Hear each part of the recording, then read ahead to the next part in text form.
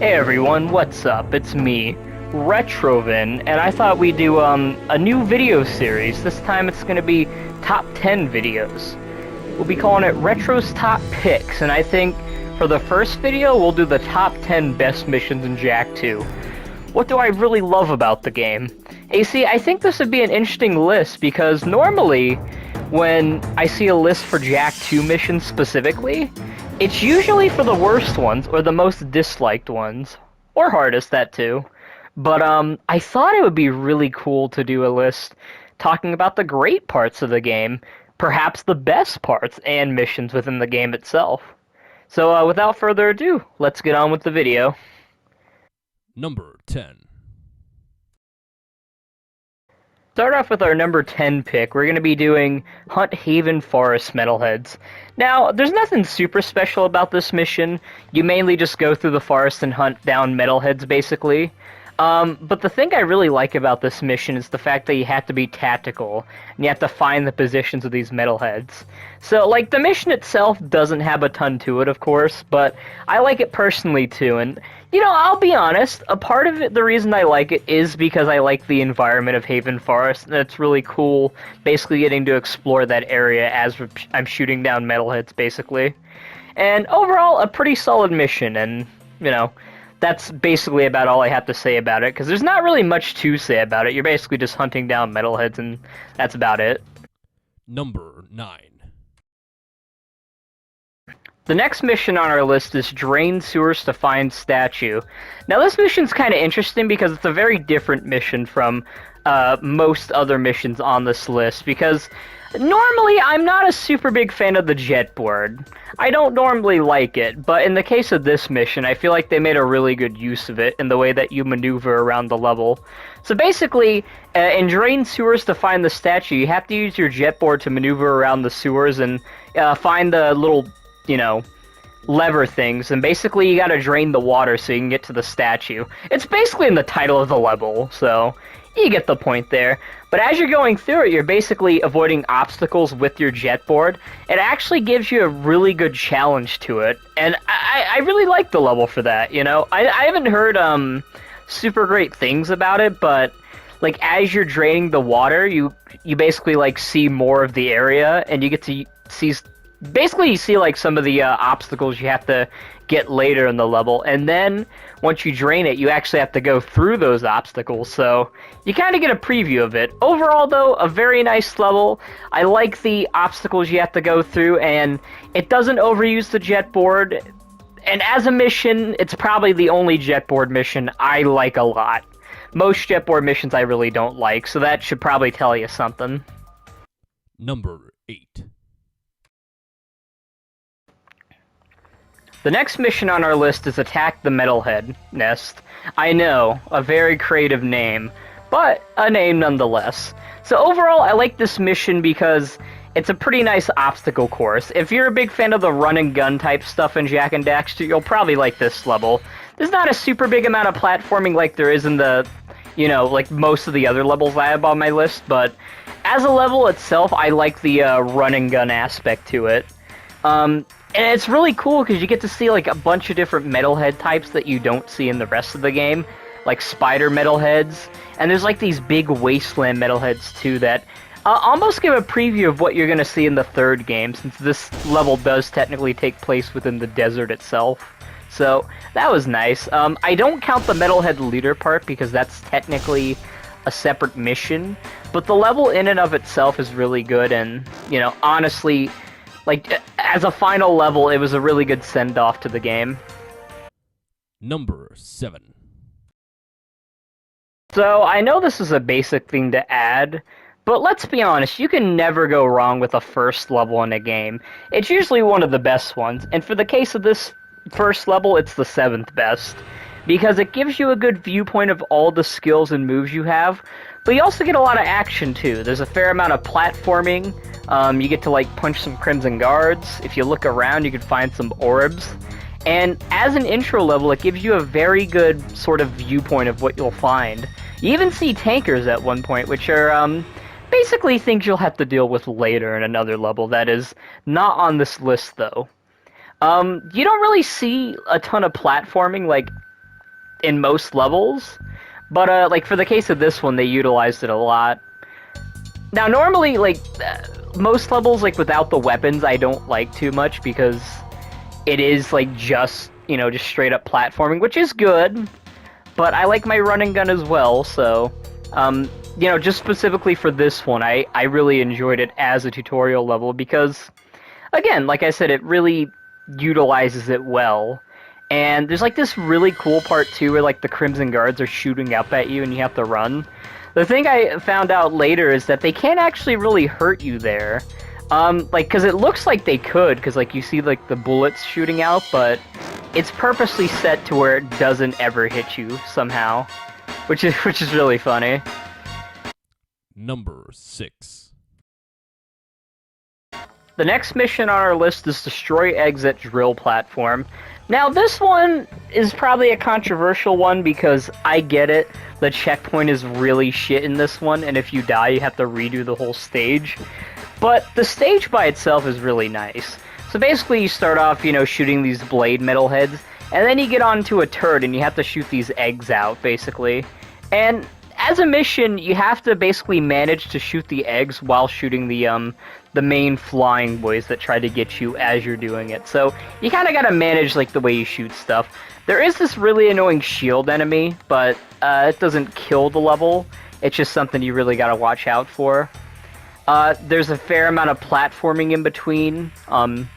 You gotta avoid the flying boys as you're getting to the spot of the turret, which isn't too hard, but it gives you a sufficient enough challenge, I guess you could say. And that's why I like this mission. It gives you a sufficient challenge. You get to shoot down eggs and all that stuff. Number 5. The next mission on our list is Rescue Vinnette Strip Mine. So in this one, it's another basic, simple one, but one that I really enjoy going through, where you basically have to go through this little not really an obstacle course, but you have to go through like a shooting gallery of metalheads, and you basically have to get to the top of this one area and then ride this tram so you can get to Vin. And once you get to Vin, that's basically the mission. There's not a ton to it, but if you want to, you can go exploring around and possibly find some orbs and get some more metalhead skull gems, so a really good area for grinding stuff. Aside from that, there's not really much else to it, of course, but again, I personally like the simple missions because it's kind of hard to go wrong with those. Funny enough, though, there is a mission, just a little hint of something to happen in the future, is one of the worst missions is also in this area, so feel free to take a guess as to what that is. Anyways, on to the next one. Number 4. The next mission on our list is Get Seal Piece at Dig. So basically in this one, what I like about it is, again, it's a platformer section with a lot of exploration, and it utilizes the jetboard a little bit, but not too much to where it gets annoying, which is why I don't personally mind it. So basically in this section, you have free reign to go around wherever in the area, and you gotta find 5 buttons at the start of it. And once you get those 5 buttons, then you can go to a platform, which will lead you to basically like the rest of the level, which is a simple linear section. What I like about it, aside from the free, roam aspect, is there's like these little lurker blimps, which you can, I guess like spin on, which is like a thing that you utilize within the game, usually. And you could spin on those, but you gotta wait for it to move to a certain position before you can jump. So it gives you a good amount of strategy as you're trying to get through the area, which I personally like in my levels. I guess another thing too to say is I like the environment that it's in. Like, it's got like a cool underground look to it, so in that way it's really nice. Number 3. On our list is Ride Elevator Up to Palace. This mission is so high up on the list, not just because it's a really nice platforming area that utilizes a lot of the mechanics well. I really like it because of the beautiful viewpoint you get of the city. This is like the first time you get to see the city from a high position, and you normally don't see that a lot in the game. So, like, for the scenery itself, like, that already pushes it up a little bit for me, because when I'm doing my platforming, I want it to look good too, of course. Not that that's a requirement, but it does definitely add to it. Now, of course, this isn't this high up on the list just because of that. It's also high up on the list because there's a lot of strategic platforming. Like there's these platforms that are like spike things. They'll basically shift around as you're using them. And then there's also spinning electric platforms that you gotta manage to jump through. There's also platforms that fall. There's like a couple of orbs you could find too. It again utilizes the spinny pole that you can like use to jump up to another platform. So a lot of uses of it. There's also these turrets that you gotta avoid as well, so that's something to keep in mind. It is a short level, but it's very good in like the way it's used, so I like that. I don't really count the Baron fight because that's a separate thing, of course, so yeah. That's about it for this one, though. Number 2. The next level on our list is Mars Tomb. Now, aside from the Baron fight, I'll count everything else, even though the Tests of Manhood are count as two separate things. I'd say it's mainly one mission because you're generally, like, doing stuff there. So yeah. As a whole, I really like Mars Tomb. It's a very cool area, and I like the gauntlet-type missions because you have a platforming section, you have some interesting puzzles within it. There's so much to digest from it, and it's very interesting. There's even a Daxter section, which you don't usually see in the game. And it has a nice callback to Crash Bandicoot, because within that section, you have to run from a boulder. But then there's a twist after that where you do have to eventually run from a spider, which was something. So, depending on which Test of Manhood you were in, you could be playing as Jak for like a whole part of the game, which is really interesting. Now, not much. It's like, I think, one small, I guess, like, area, maybe like 10 minutes or so. But it's enough to make it kind of striking. And I remember as a kid, like, being, like, thinking that it was really interesting, because even though Jak didn't really play different, his, like, spins and punches looked weird because, you know, he was by himself without Daxter for once. Number 1. So single-handedly the best level in the entire game, in my opinion, is the Mountain Temple. The mission as a whole has so much content to it, and honestly it feels the most like the first Jak and Daxter, which I personally like.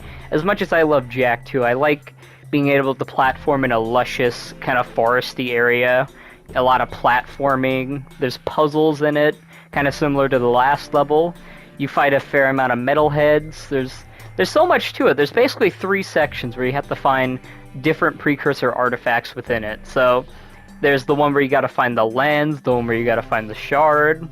There's like a boulder section. There's a part where like little metalheads will swarm you, which was actually really scary to go through as a kid. There's so many hidden precursor orbs too that you can find if you really look around in the level. What else is there? Yeah, there's also the like these little horn guys that you gotta shoot. So basically, it's like a metalhead that like will try to ram at you. And once you shoot it, you got it down basically. So yeah. Overall, it's got so much content to it, and that's why I think it's the best level in Jak and Daxter / mission. Thanks for watching, everybody. I hope you all enjoyed this top 10 best Jak II missions list. This time we'll be doing next time we'll be doing the top 10 worst Jak II missions, so keep a lookout for that. I'll probably be doing it next week if you guys want to check that out. Anyways, I'll see you guys in the next video, and I'm out.